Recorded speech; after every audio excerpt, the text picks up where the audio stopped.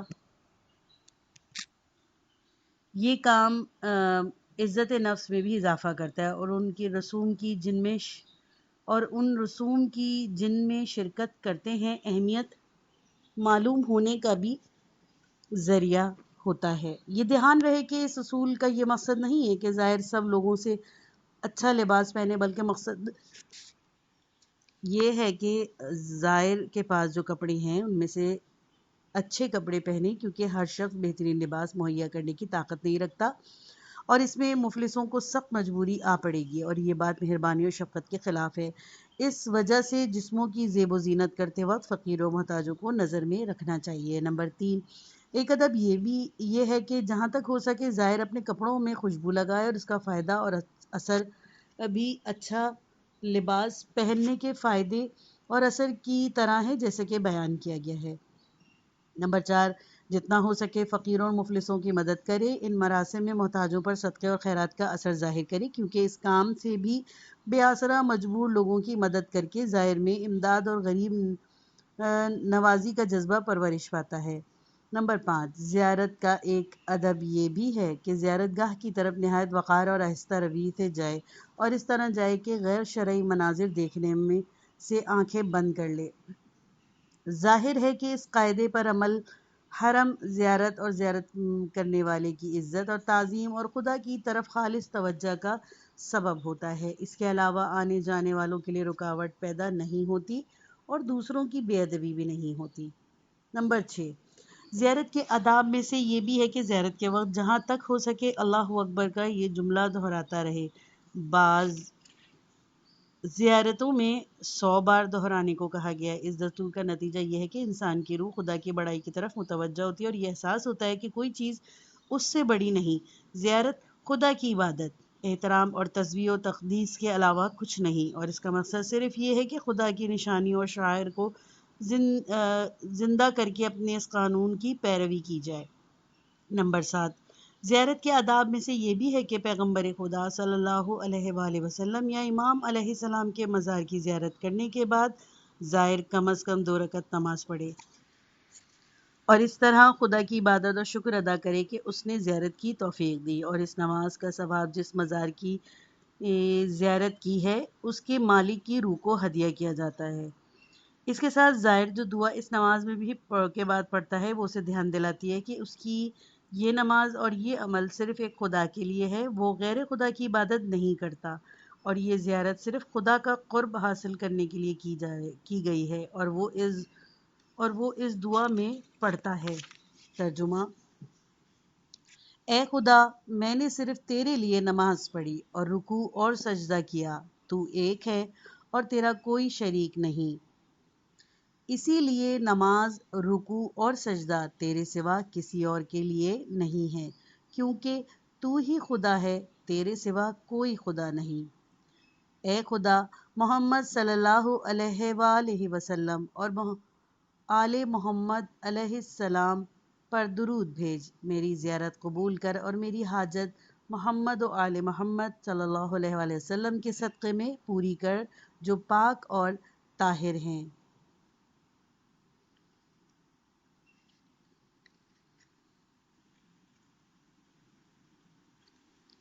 یہ قاعدہ مزارات کی زیارت سے ائمہ اطہار علیہ السلام اور ان کے شیعوں کے مقصد کو ظاہر کرتا ہے اور ان کے لوگوں کے لیے منہ توڑ جواب ہے جو یہ خیال کرتے ہیں کہ قبروں کی زیارت شیعوں کے نزدیک قبروں کی پرستش ہے، قبروں کے نزدیکی اور خدا کے ساتھ شرک ہے۔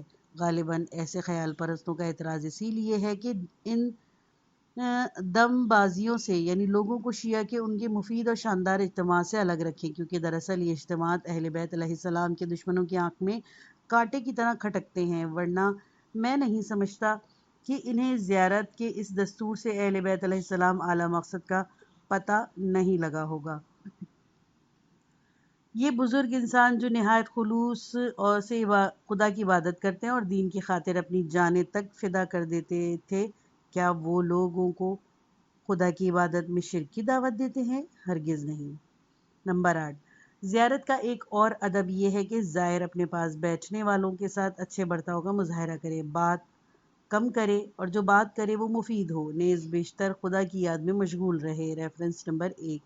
خدا کو یاد کرنے سے مراد نہیں ہے کہ کثرت سے سبحان اللہ، لا الہ الا اللہ، اللہ اکبر کہا جائے، بلکہ مقصد وہ ہے جیسے کہ امام جعفر صادق علیہ السلام نے بعض احادیث کے مطابق بہت زیادہ خدا کی یاد میں رہنے کی تفسیر میں فرمایا ہے اور یہ وضاحت کی ہے۔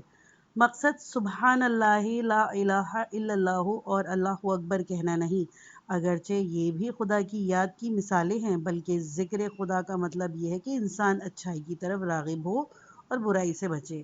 محمد بن قولیہ، کامل الزیارات۔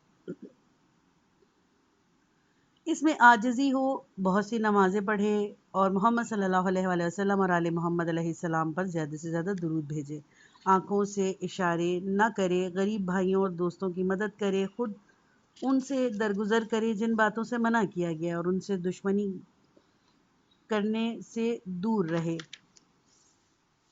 اور بہت زیادہ قسم کھانے اور ایسے لڑائی جھگڑے سے جس میں قسم کھانی پڑے پرہیز کرے۔ دوسری بات یہ ہے کہ زیارت کی حقیقت کا مطلب پیغمبر خدا صلی اللہ علیہ وآلہ وسلم یا امام علیہ السلام پر اس طرح سلام بھیجنا جیسے وہ لوگ زندہ ہیں اور خدا کے ہاں سے رزق پاتے ہیں۔ سورہ آل عمران آیت نمبر 129۔ فرشتہ موت کو چھوتا ہے گو بدن تیرا، تیرے وجود کے مرکز سے دور رہتا ہے۔ اقبال۔ وہ زائروں کی باتیں سنتے ہیں اور ان کا جواب دیتے ہیں، یہی کافی ہے کہ زائر پیغمبر خدا صلی اللہ علیہ وآلہ وسلم کی زیارت میں کہے السلام علیکہ یا رسول اللہ، اے خدا کے پیغمبر صلی اللہ علیہ وآلہ وسلم، آپ پر میرا سلام۔ البتہ بہتر یہ ہے کہ اہل بیت علیہ السلام کی طرف سے اس زمن میں جو زیارتیں تعلیم کی گئی ہیں وہ بلند مقاصد کی طرف دھیان دینے کے لیے ہے، دینی فائدوں اور ان تاثیروں کے لیے جو اثر رکھتی ہیں اور جن کا پہلے ذکر کیا جا چکا ہے، ان کی سلیس عبارتوں اور فصاحت اور بلاغت پر غور کرنے کے لیے، ان کی ایسی دعاؤں پر مشتمل ہونے کے باعث جو بہت بلند ہیں، غور و فکر اور اہمیت کے لائق ہیں اور انسان کو ایک بے مثل خدا کی طرف متوجہ کرتی ہیں، پڑھی جائیں۔ ائمہ اطہار علیہ السلام کی نظر میں سچا شیعہ۔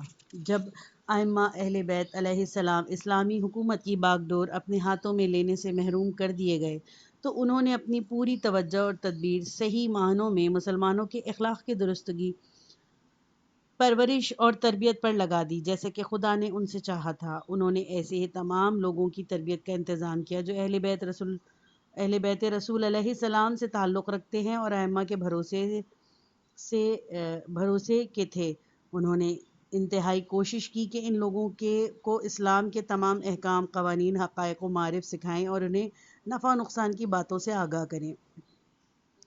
وہ ہر ایک کو شیعہ یا اپنا پیرو نہیں سمجھتے۔ ان کی نظر میں شیعہ وہ تھا جو ہر لحاظ سے خدا کے حکم کا تابع اور نفسانی خواہشات سے بچنے والا ہو اور رہبروں کی تعلیمات اور رہنمائیوں پر عامل ہو، اس آدمی کی طرح جو گناہ اور خواہشات میں ڈوبا ہوا ہو اور وہ چاہتا ہے کہ ائمہ علیہ السلام سے محبت اور دوستی کو اپنے عذر کے طور پر منتخب کرے۔ وہ بخشش کے لیے صرف ائمہ اطہار علیہ السلام سے دوستی کافی نہیں سمجھتے تھے، وہ صرف محبت اور دوستی کو اس وقت تک بخشش اور نجات کے لیے کافی نہیں سمجھتے تھے جب تک وہ نیک کرداری اور درستی، امانت اور پرہیزگاری سے ملی ہوئی نہ ہو۔ سما کہتے ہیں کہ میں امام باقر علیہ السلام کی خدمت میں حاضر ہوا، آپ کو الوداع کہوں؟ آپ نے مجھ سے فرمایا، اے قیسمہ، ہمارے دوستوں سے ہمارا یہ پیغام کہنا کہ ہم صرف ان کے نیک عمل کی ہی بدولت خدا کی طرف سے ان کی نجات کا انتظام کروا سکتے ہیں۔ وہ لوگ یقینی طور پر تقوی اور پرہیزگاری ہی سے ہماری دوستی اور محبت پا سکتے ہیں۔ قیامت کے دن سب سے زیادہ وہ شخص پچھتائے گا جس نے دوسروں کے لیے تو عدالت کی تعریف کی اور خوبیاں بیان کی لیکن خود اس کی مخالفت کی، یعنی خود عدالت سے کام نہیں لیا۔ ریفرنس نمبر 1، اصول کافی جلد 2، صفحہ نمبر 172، باب زیارت اخوان۔ بلکہ شیعوں کے رہنماؤں نے اپنے ماننے والوں سے عمل چاہا، کیونکہ وہ ہمیشہ خدا کی طرف بلانے والے اور خوشحال لی کی راہ دکھانے والے ہیں اور نیکوں کی ہدایت کرتے ہیں۔ ائمہ اطہار علیہ السلام کی نقطۂ نظر سے عملی ترغیب زبانی ترغیب سے زیادہ اثر رکھتی ہے۔ امام جعفر صادق علیہ السلام فرماتے ہیں تم لوگوں کو اپنی زبانوں کے بغیر یعنی عمل سے خدا کی طرف بلاؤ اور رہنمائی کرو، انہیں چاہیے کہ وہ تمہارا تقوی، کوشش، نماز اور نیک کام دیکھے۔ ریفرنس نمبر 1 اصول کافی جلد دوئم صفحہ نمبر 78 باب ورا۔ اب ہم اس جگہ ائمہ اطہار علیہ السلام کی گفتگوؤں کے کچھ حصے جو انہوں نے اپنے ماننے والوں کے لیے پیش کرتے ہیں تاکہ یہ ظاہر ہو جائے کہ محترم ہستیاں لوگوں کی عادتیں سدھارنے کے لیے ترغیب و تاکید کو کتنی اہمیت دیتی ہیں۔ امام باقر علیہ السلام کی جابر جافی سے گفتگو۔ اے جابر، کیا اس شخص کا جو شیعہ ہونے کا دعویٰ کرتا ہے یہ کہنا کافی ہے کہ میں اہل بیت علیہ السلام سے محبت کرتا ہوں؟ خدا کی قسم ہمارا شیعہ وہی ہے جو پرہیزگار ہو اور خدا کی اطاعت کرتا ہو۔ ہمارے شیعوں کو ان صفات سے پہچاننا، عاجزی اور انکساری والے ہیں، امانت دار ہیں، خدا کو بہت یاد کرتے ہیں، نماز روزے کے پابند ہیں، ماں باپ کی عزت کرتے ہیں، پڑوسیوں، غریبوں، حاجت مندوں، قرض داروں، یتیموں پر مہربانی کرتے ہیں، سچ بولتے ہیں، قرآن کی تلاوت کرتے ہیں، زبان سے لوگوں کی نیکیاں بیان کرتے ہیں اور اپنے رشتہ داروں کی ہر شے کے امانت دار ہیں۔ خدا کے حضور میں پرہیزگار بنو، خدا کا انعام حاصل کرنے کے لیے نیک عمل کرو، خدا کی کسی سے رشتہ داری نہیں ہے، خدا کی درگاہ میں سب سے پیارا بندہ وہ ہے جو تقوی اور اطاعت میں سب سے بڑھا ہوا ہے۔ ریفرنس نمبر 1 امیر المومنین علیہ السلام نے نہج البلاغہ کے خطبے میں جو خطبہ قاصہ کے نام سے مشہور ہے اس بات کی طرف اشارہ کیا ہے۔ وہ فرماتے ہیں خدا کا حکم آسمان اور زمین والوں کے لیے ایک ہی ہے، خدا نے جو چیزیں سب کے لیے حرام کر دی ہیں ان کے لیے کسی ایک شخص کو بھی چھوٹ نہیں دی گئی جس سے اس کے مضبوط قانون پر چوٹ پڑے۔ اے جابر، خدا کی قسم آدمی صرف اطاعت سے ہی خدا کی نزدیکی حاصل کر سکتا ہے اور ہمارے پاس دوزخ کی آگ سے آزادی کا پروانہ نہیں ہے۔ اب اگر کوئی شخص اللہ کی اطاعت نہیں کرتا وہ خدا کے سامنے عمل نہ کرنے کا عذر نہیں رکھتا۔ جو خدا کی اطاعت کرتا ہے وہ ہمارا دوست ہے اور جو خدا کے حکم سے منہ موڑتا ہے وہ ہمارا دشمن ہے۔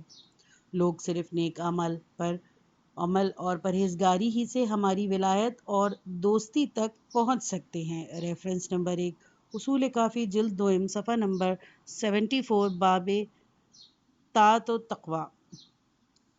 سعید بن حسن سے امام محمد باقر علیہ السلام کی گفتگو۔ سعید بن حسن کہتے ہیں کہ امام باقر علیہ السلام نے مجھ سے فرمایا، امام، کیا تمہارے ہاں یہ دستور ہے کہ تم میں سے کوئی آدمی اپنے دینی بھائی کے پاس جائے، اس کی جیب میں ہاتھ ڈالے اور اپنی ضرورت کی رقم اس میں سے نکال لے اور جیب والا اسے منع نہ کرے؟ سعید: اپنے یہاں میں نے ایسا دستور نہیں دیکھا اور نہ مجھے اس کا پتہ ہے۔ امام: اس کا مطلب تو یہ ہوا کہ آپ لوگوں کے درمیان بھائی چارہ نہیں ہے۔ سعید: کیا اسی صورت میں ہم ہلاک ہو گئے؟ امام: ان لوگوں کی عقل کامل نہیں ہو پائی، یعنی عقل کے مختلف درجوں کے حساب سے فرض بھی مختلف ہو جاتا ہے۔ ریفرنس نمبر 2 اصول کافی جلد دوئم صفحہ نمبر 174 باب حق مومن علی اخی۔ ابو صبا کنعانی سے امام جعفر صادق علیہ السلام کی گفتگو۔ ابو صبا کنعانی کہتے ہیں میں نے امام صادق علیہ السلام سے عرض کیا، آپ سے تعلق کے باعث لوگوں کی طرف سے ہمیں کیا کیا چیزیں اور چوٹیں ملتی ہیں؟ امام صادق: لوگوں سے تمہیں کیا ملتا ہے؟ ابو صبا: جب تک ہمارے اور کسی شخص کے درمیان بات چیت ہوتی رہتی ہے وہ کہتا ہے اے جعفری خبیث، معاذ اللہ۔ امام صادق علیہ السلام فرماتے ہیں کیا لوگ تمہیں ہماری پیروی کی وجہ سے ملامت کرتے ہیں؟ ابو صبا: جی ہاں۔ امام صادق: خدا کی قسم تم میں کتنے کم لوگ ہیں جو واقعی جعفر علیہ السلام کی پیروی کرتے ہیں۔ میرے اصحاب وہ لوگ ہیں جن کا تقوی اور پرہیزگاری پکی ہے، وہ اپنے پیدا کرنے والے کی اطاعت کرتے ہیں اور اس کے صلے کی امیدوار ہیں۔ ہاں میرے اصحاب ایسے لوگ ہیں۔ اصول کافی جلد دوئم باب ورع۔ امام جعفر صادق علیہ السلام اس بارے میں بہت کچھ کہتے ہیں، اس میں سے کچھ ہم یہاں بیان کرتے ہیں۔ وہ شخص نہ ہم میں سے ہے اور نہ فضیلت رکھتا ہے جو 1,00,000 یا زائد انسانوں کے شہر میں رہتا ہے اور اس شہر میں سے اس سے زیادہ پرہیزگار ایک اور شخص ہو۔ ہم اسے مومن نہیں گنتے مگر وہ جو تمام احکامات میں ہماری پیروی کرتا ہے اور ان سب احکامات کو چاہتا ہے۔ جان لو کہ تقوی اور پرہیزگاری ہمارے حکم کی پیروی کی نشان اور اس کا تقاضا ہے۔ اپنے آپ کو تقوی سے آراستہ کرو، خدا تمہیں اپنی مہربانی میں شامل کرے گا۔ وہ شخص ہمارا شیعہ نہیں جسے پاک دامن عورتیں پردوں کے اندر پاک باز نہیں کہتی۔ وہ شخص ہمارے دوستوں میں سے نہیں ہے جو 10,000 نفری کے شہر میں رہتا ہے اور ان میں سے ایک یا کئی آدمی اس سے زیادہ پرہیزگار ہوں۔ واقعی جعفر علیہ السلام کا شیعہ وہ ہے جو اپنے پیٹ اور شرمگاہ کو حرام سے بچاتا ہے۔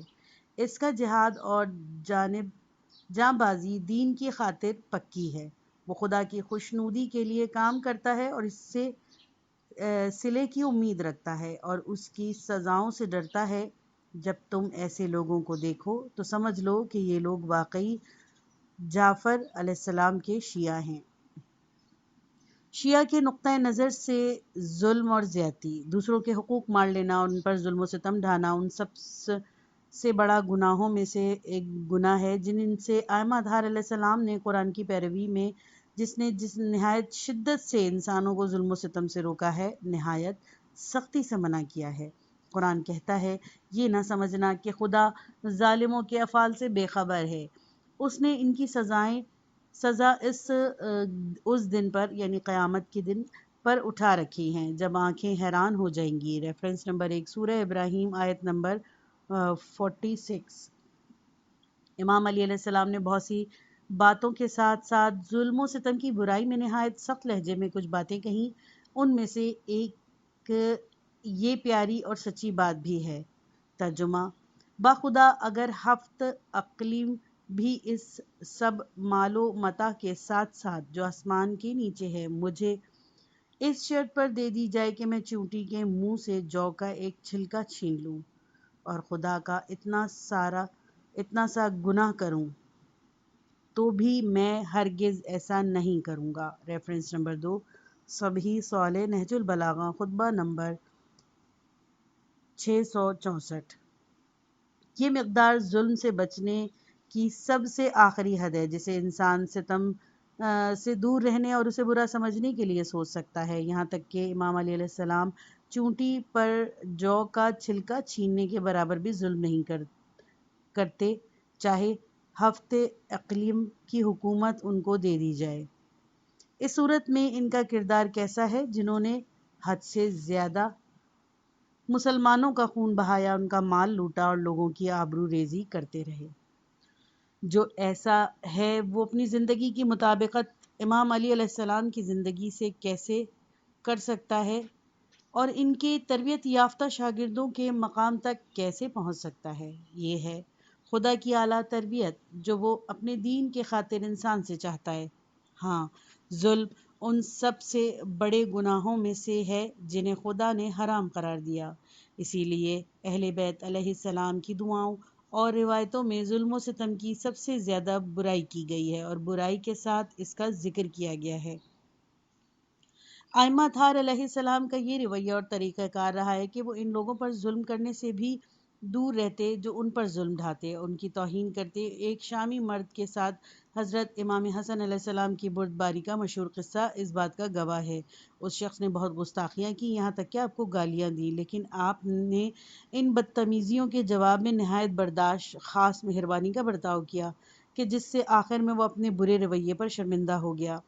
چند صفحے پہلے ہم نے صحیفہ سجادیہ میں ایک دعا پڑھی ہے کہ امام سجاد علیہ السلام اپنی عالی مکتب میں ان لوگوں کو معاف کرنے کی کیسے حوصلہ افزائی کیا کرتے ہیں جو انسانوں پر ظلم کرتے تھے، اور یہ سبق دیا کرتے تھے کہ ہم خدا سے ان کی بخشش کی دعا کریں گے۔ یہ پارٹ ختم ہوا۔ کتاب کا اگلا حصہ نیکسٹ پارٹ میں سنیے۔